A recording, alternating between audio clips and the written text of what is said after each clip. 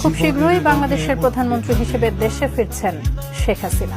এবার মার্কিন president Donald ট্রাম্পের নামে ভেরিফাইড এক এক্স অ্যাকাউন্ট থেকে এমন একটি পোস্ট সামাজিক যোগাযোগ মাধ্যমে ছড়িয়েছে। তবে সেই পোস্টটি সত্য নাকি গুজব তা যাচাই করছে fact checking platform rumour scanner. বিস্তারিত জানাচ্ছেন আরিফ হাসান। তীব্র আন্দোলনের মুখে দেশ ছেড়ে ভারতে পালিয়ে যাওয়ার পর থেকে এখন অব্দি ভারতেই আছেন সাবেক প্রধানমন্ত্রী শেখ হাসিনা। গণহত্যার দায়ে শেখ হাসিনাকে বিচারের কাঠগড়ায় দাঁড় করাতে বাংলাদেশ তাকে ফেরত চেয়ে ভারতকে কূটনৈতিক চিঠি পাঠালেও সেই চিঠির জবাব এখনো মেলেনি।